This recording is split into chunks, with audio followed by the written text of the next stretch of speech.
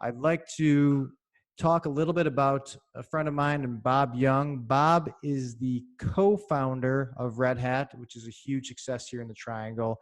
He's also the founder of Lulu, and he's also CEO of Needlepoint and the owner of the Hamilton Tire Cat. Plus, he's done countless investments in the region.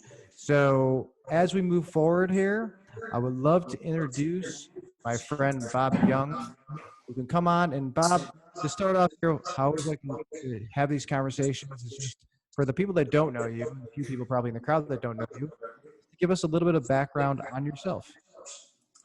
Okay, thanks, Mark, and a great pleasure to be here today. So my background is I am a typewriter salesman.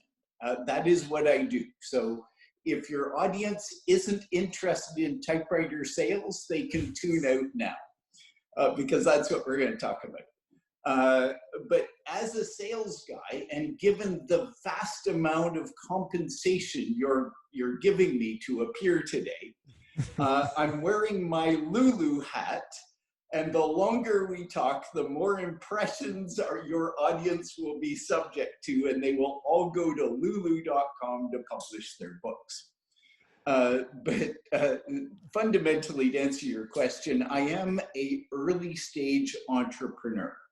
That's just how I'm wired. I'm really interested in product and just the figuring out the customer product relationship to establish a company.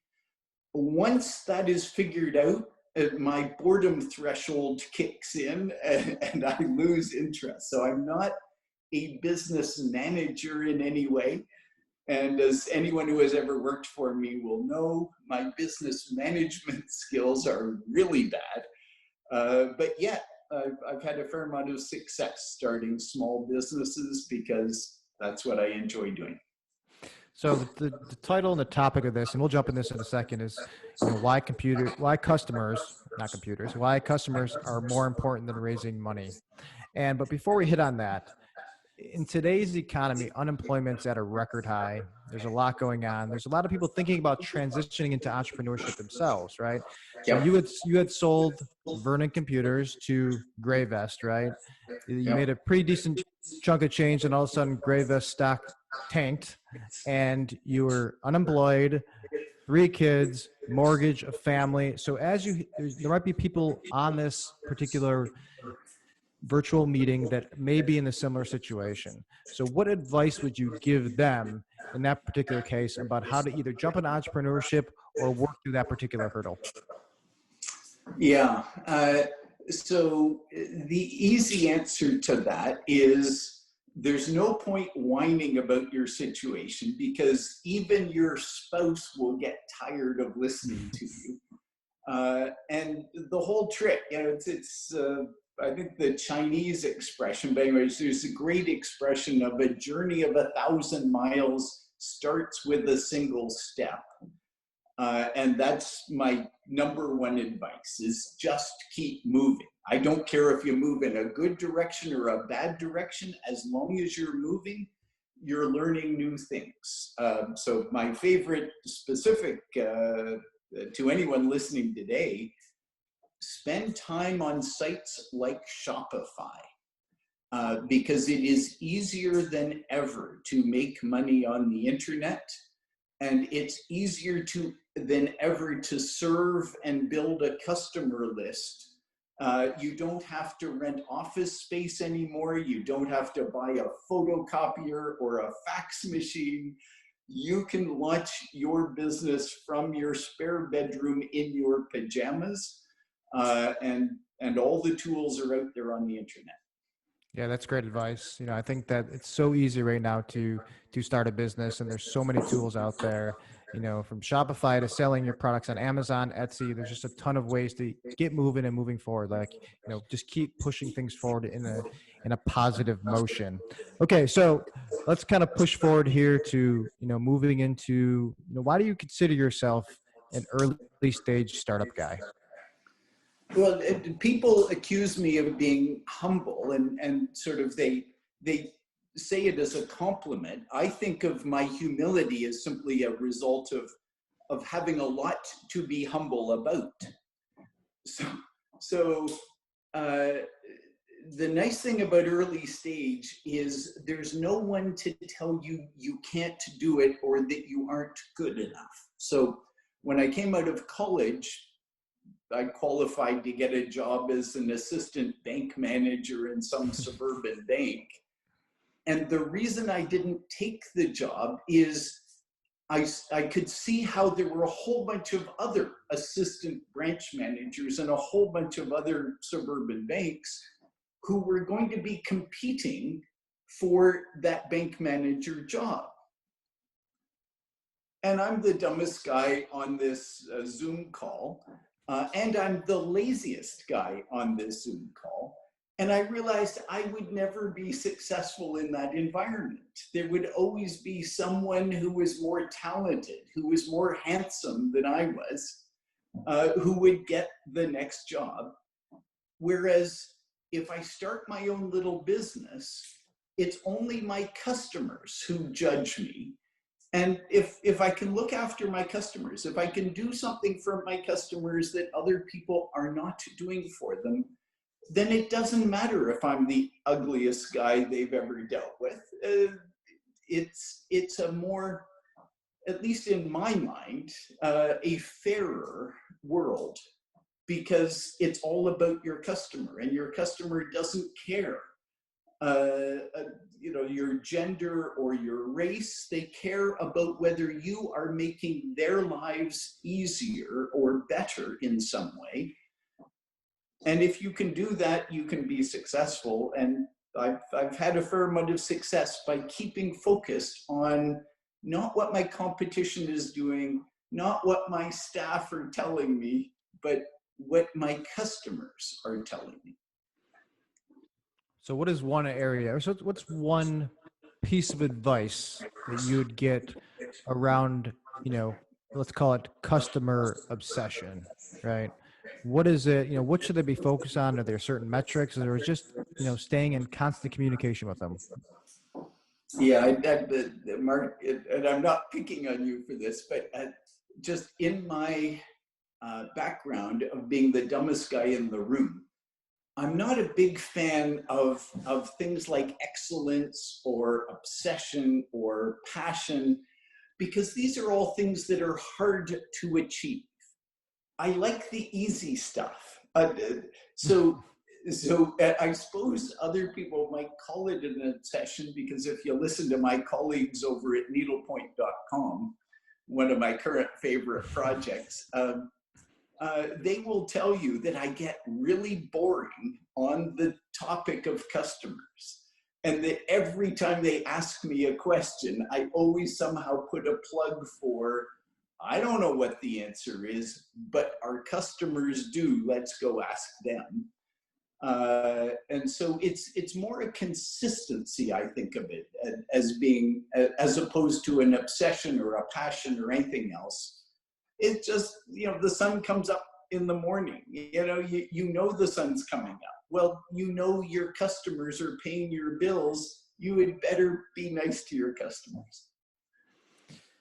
So doing my research before this particular interview, and you and I have talked plenty during the quarantine, but one of the things that kept jumping out to me when reading a lot of these interviews and watching them was, why it's important to be self-aware as an entrepreneur. I mean, there's a lot of entrepreneurs that are very full of themselves and not totally self-aware, and there's some that just don't know how to get there.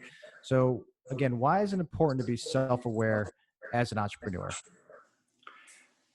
So it's good and bad, and it can be, and you meet a lot of people who are burdened by their failings, as in they worry about the fact that they're not good at things.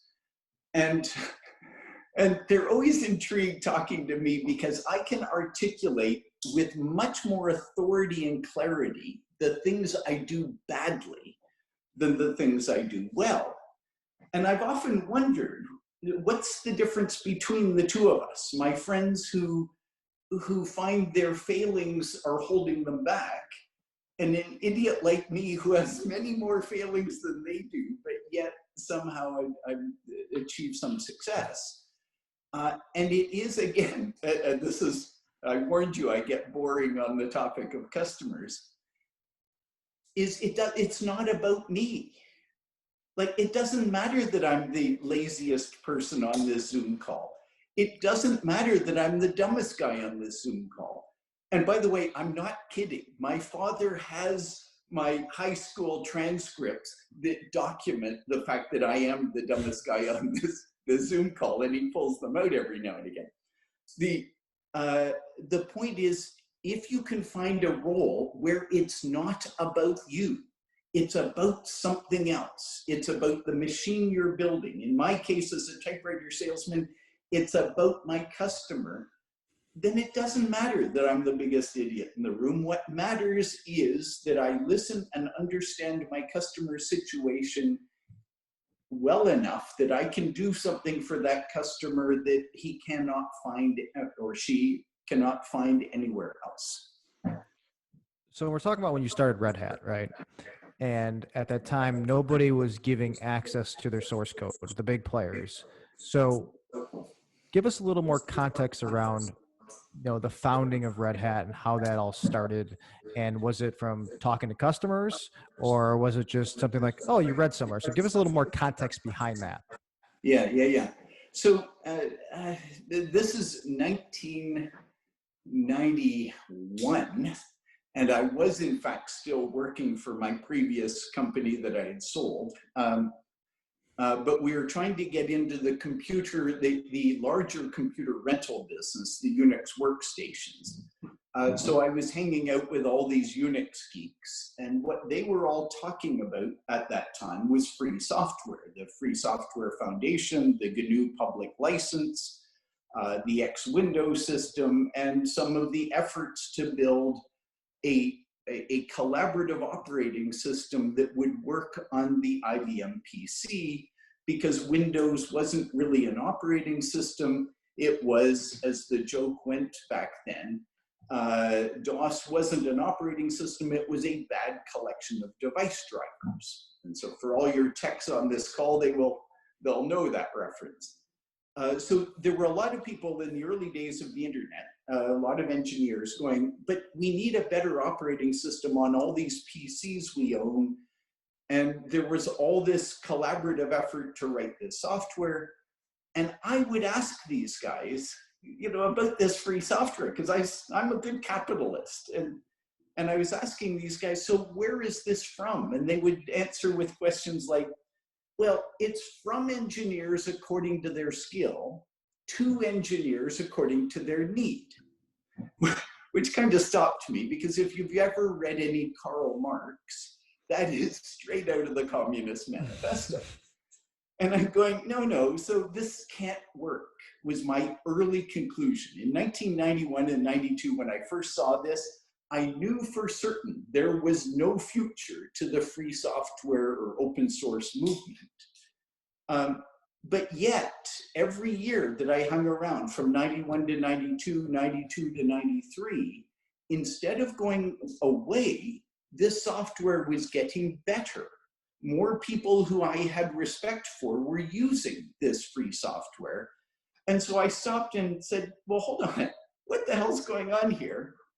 And so I went and hung out with some of the people contributing to open source software. And I realized that, in fact, they were not doing it for free. The people who were paying their salaries were paying their salaries and encouraging them to write free software. Because what we forget when we talk about the technology industry is we think most of the people developing and writing software work for Microsoft or Oracle or some other software company. The reality is most people writing software work for someone other than suppliers to the software industry. They work for the utility company. They work for the banks. They work for the communication companies. They work for NASA. And if you add all those people together and you say, what do you guys need? Well, they're writing software anyway. why they don't need to wrap proprietary licenses around it. So they were giving it away for free because they had friends out on the internet who were helping them write this software. And they all needed an operating system for their PC because their PC came with this bad collection of device drivers. And when I saw that, when I would talk to these guys and I would talk to their managers, the guys selling their salaries, and I go, hold on, this isn't communism, this is a barter system. And the moment I understood that there was an economic model supporting the free software movement, I was willing to bet my kids' college education that we could build a business there. Of course, at the time, I thought it was going to be a really little business. The fact that it turned into RedHat and all the rest has been a great pleasure to me, that's for sure. You don't sound that dumb to me. You So I am the dumbest guy in the room. I just tell stories well. So my father, who was a smart guy, everyone assumes I took after him. I didn't. I take after my mother, who never graduated high school. But my mother was a red-haired Irish woman, and she could tell a story. And that's who I take after. Well, storytelling is the key to sales, right? Yes, it is. It's all about communication. And if you can articulate the value of your product or service to your customers, you'll sell a hell of a lot more of it than if you're not able to communicate that. Okay, before we move forward, I just want to remind everybody, if you have questions, we're going to leave some time out in the end. So throw them in the chat box, and I'm more than happy to ask Bob those questions. So, like when you and I had our conversations past few times, we really talked about how entrepreneurs today, startups today, are so focused on raising money, right? They're not focused on finding product market fit or finding customers. But when there's startups and they're saying, okay, how am I going to survive, right? A lot of them think like that. And they think like, oh, I got to go out there and raise as much money as possible. So your customer focus. So when you're talking to potential investments or you're talking to, advising startups, how do you get them to make that leap to say, hey, you should focus on customers, getting customer money as opposed to investor money? Yeah, because at the end of the day, customer money is sustainable. Investor money is temporary. And it's even worse than that, because the moment you take money from an investor, you've started a clock. And that investor wants its money back, and he wants a return on his money. And he wants it soon, like, some number of months or years. And the pressure it puts on you as a management team is not necessarily healthy, because sometimes, and this has been true in virtually every business that I've been involved with, what you set out to do turns out not to be where the opportunity was. So you come up with a business plan to, rent typewriters, which was my very first business plan. And you start going around to visit big companies in downtown Toronto, which is where we were. We were out in the suburbs of Toronto, Ontario. And what you learn is, they used a lot, this is 1977, they used a lot of typewriters, but they were getting rid of all their typewriters and putting in computers.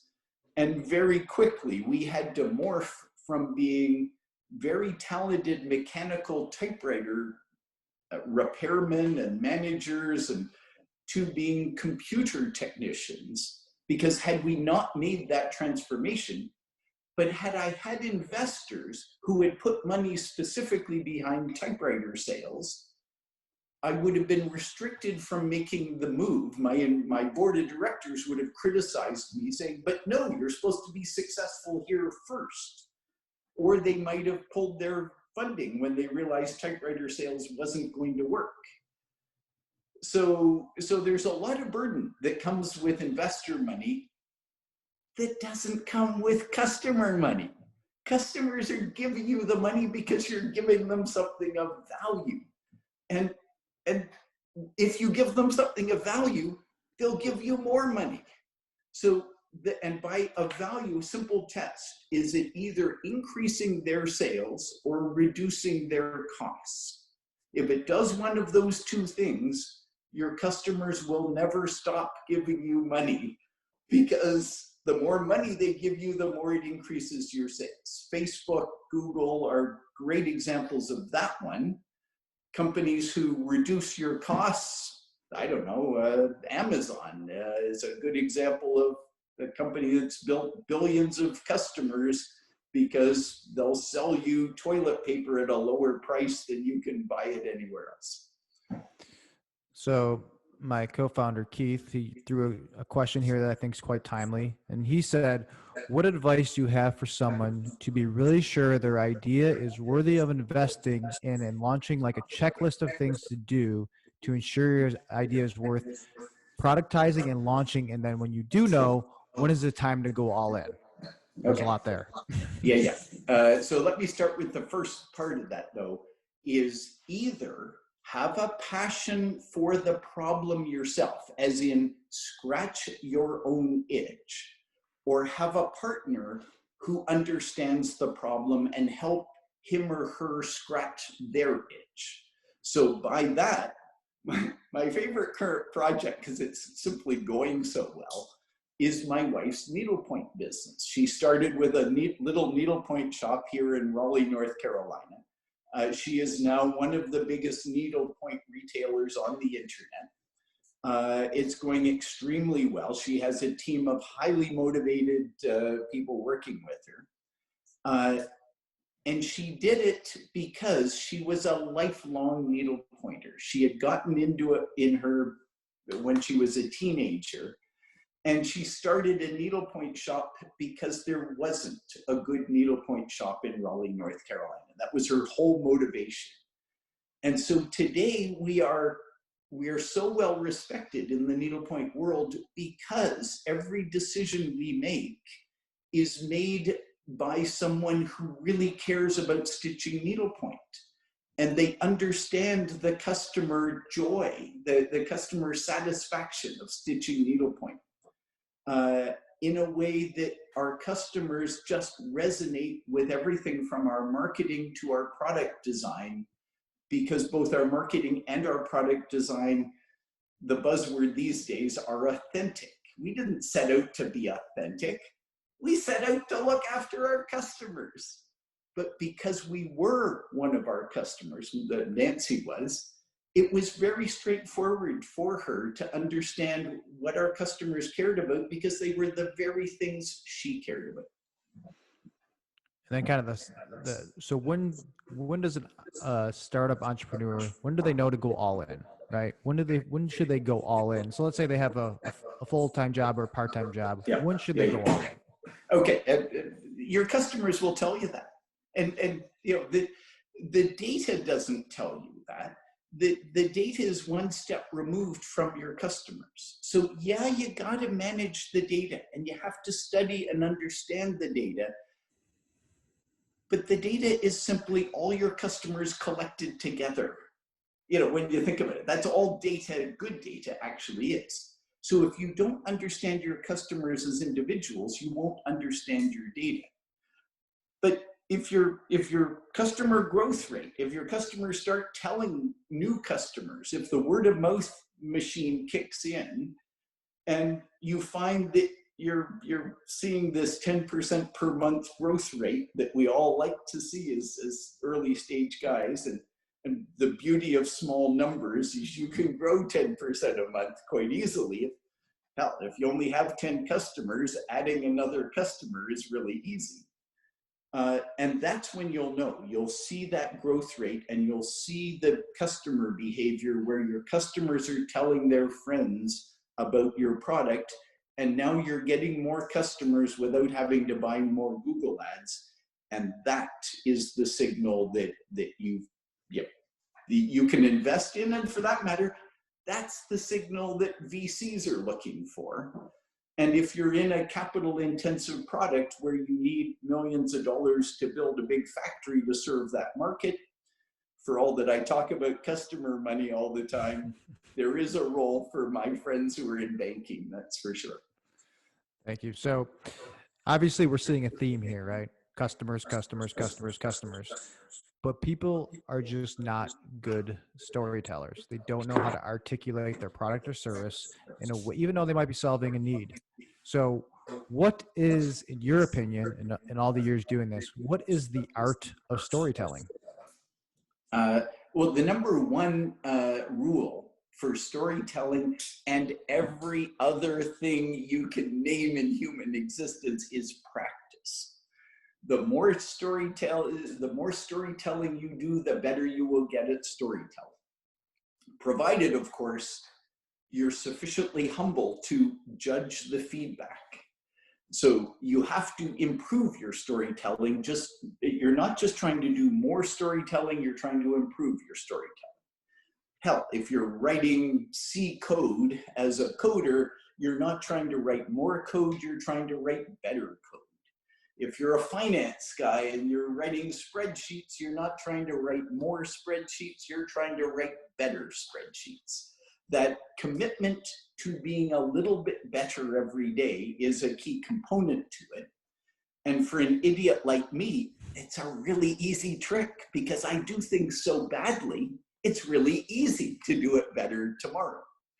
But so you don't have to be brilliant, you just have to commit to being a tiny little bit better. And then, as John Maynard Keynes would argue, the magic of compound interest kicks in, and you get a little bit better every day for 365 days times several years. Soon enough, you'll be quite good at what you do. Okay, so we have about 6-7 minutes remaining. So if you have questions, please get them into the box here, and I can ask Bob these particular questions. Well, so while we're waiting for that, right, and not to put you on the spot here a little bit, but let's go back to storytelling, because I agree. I think it's the single most important thing to do if you're in sales, and you're always selling. You're not selling your product or service. You're selling for customers. You're selling to get employees. You're selling to investors. You're always telling your story. So if you had to go back when you're selling those typewriters, right? Can you kind of take us on one of those storytelling journeys that you might have told one of your first customers? Oh, golly, what's a good story? So my favorite sort of storytelling, and I end up, I don't think so much of the stories I tell my customers, but the stories that came out of pitching to my customers. My favorite one is probably one of my very first sales calls. And so I'm all of 22 years old. I get this job. My father was working in England. He had a friend who gave me a job, an entry-level sales job up in Aberdeen, Scotland. I had no sales training, so I'm going out cold calling on these companies in Aberdeen. And there were two different groups of companies in Aberdeen. There were the traditional companies, the distilleries, the fish companies. But this is in the late 1970s, and the North Sea oil industry was just getting going. So the other set of companies were the Mobiles and the Exxons and the Totals, all the oil exploration guys. And so I would call on both of them. This one sales call I went on, and my trick is I was a lonely 22-year-old in Scotland. So you would go into these offices, and this is my politically incorrect story. Is it politically incorrect? Anyway, I was a lonely 22-year-old, so you would go into an office and there was always a receptionist. So my job, I thought, was to chat up receptionists because I was selling office equipment. And I clearly had done a good job with this girl a couple of weeks earlier, because she calls me back and she says, my boss wants to meet you. So I go back into the office. And I'm tongue-tied. This is my first real sales pitch. You know, chatting up receptionists, you know, that's what you learn to do in university. But I'm really nervous because now I have a real customer and I'm supposed to give them a real sales pitch. So I'm carrying my briefcase under my folder under one arm, and I have a bunch of flyers in my other arm. And I go to reach for them. My folder flies on the floor. I go to grab my folder. My flyers fly everywhere. And so So now I'm doubly embarrassed, beet red. I'm on the floor. I grab one of my business cards, I give it to him, and I go, "Yeah, I'm Bob Young." And yeah, I grab a brochure and I give it to him, and we're Hamilton Rentals, and then I beat a hasty retreat. But what happened with that is he remembered me. And 3 months later, he calls me back, and I'm shocked that these guys are calling me back because I knew they thought I was this moron. And he rented 5 typewriters. Was it typewriters? Might have been computers. We were just making the transition at that time. Made a big sale because I caused him to remember me. And it was one of those really liberating moments. I go, holy cow, I can be my usual idiot self, and this will work because all I have to do is get these guys to remember me, and the business will flow in. And that's been my mantra of sales ever since is I don't care what people think about me as long as they remember me. That's super important. I think good storytellers, they remember you. People remember you, and that's the key to sales also. Okay, so we have 1 minute here. Final question, rapid fire. We're in a pandemic in Q4. One piece of advice for any startup out there on what they should do to make Q4 hugely successful. Oh dear, I have no idea. And if one of your audience does, if they would pipe up and tell me, I could really use the advice. Just keep plugging away. That's how I'm going to get through it. I would encourage you guys, don't use the pandemic as an excuse. Just keep moving, one foot in front of the other. Perfect. Bob, thank you so much for your time. Much appreciated. Again, customers, and be a good storyteller. Thank you so much. We really appreciate it. Super grateful to have you on today. Thank you so much. It's a pleasure, Mark. Thank you. Thank you. Appreciate it.